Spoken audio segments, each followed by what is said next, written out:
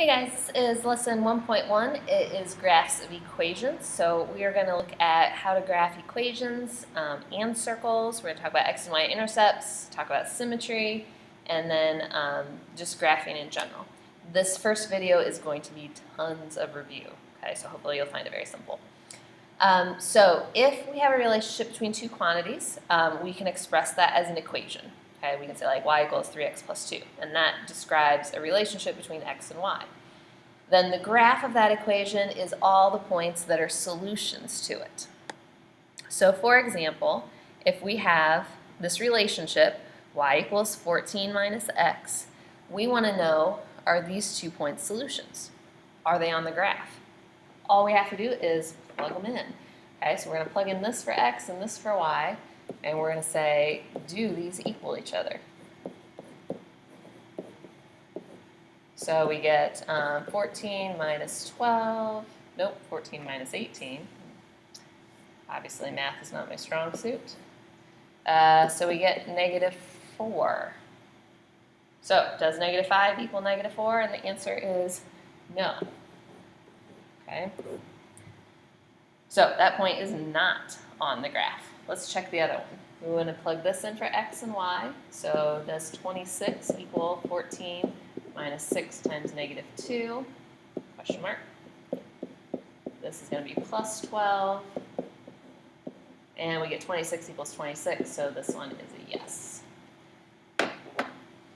Okay, we're going to be doing quite a bit of graphing. I expect that you know this quite well from Algebra 1 and Geometry and Algebra 2. We want to sketch these graphs. You should recognize these as lines, okay? They're in slope-intercept form. However you want to graph them is fine. I tend to find that the fastest way is to start at the y-intercept. So start at 2, and then count your slope, which is down 3 over 1, down 3 over 1, and just keep doing that, and you can graph yourself a nice line. You can set up a table of values if you prefer other methods, but for me, this is just the fastest. So I'm going to start at my y-intercept of 1, and count my slope as 2 over 1, so up 2 over 1. I apologize, the smartboard sometimes points are less than exact, but you get the idea.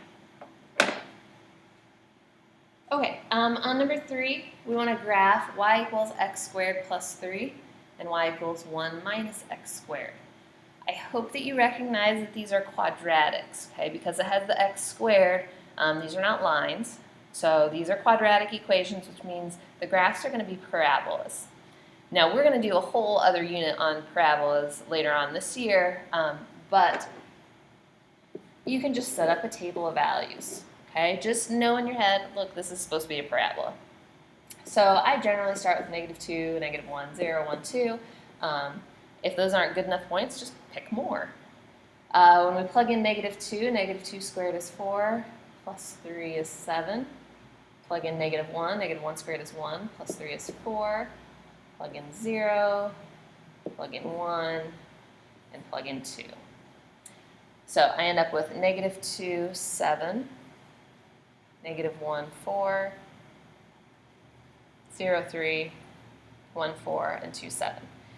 When you plug in your points, if you don't get a parabola, that means you did something wrong. Go back and check your math, or pick better points. All right, over here, we're going to pick similar points. Now, be careful with this one. When we plug in negative 2, I'll do it down here. 1 minus negative 2 squared.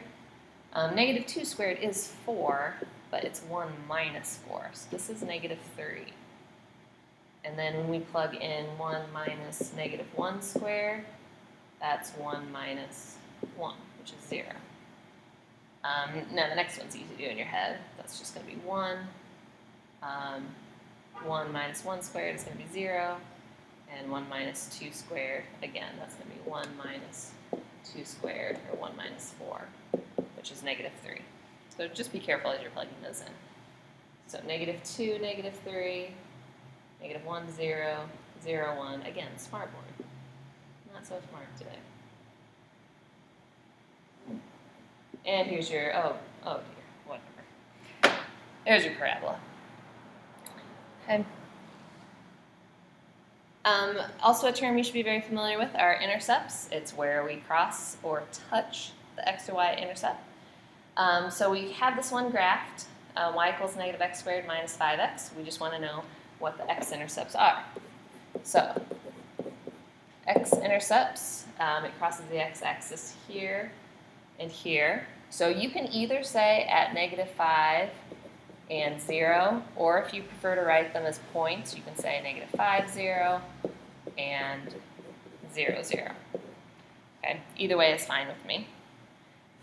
For the y-intercepts, we're looking for where it crosses the y-axis. Again, it's right here at the origin. So your y-intercept is 0, or you can write it as 0, 0.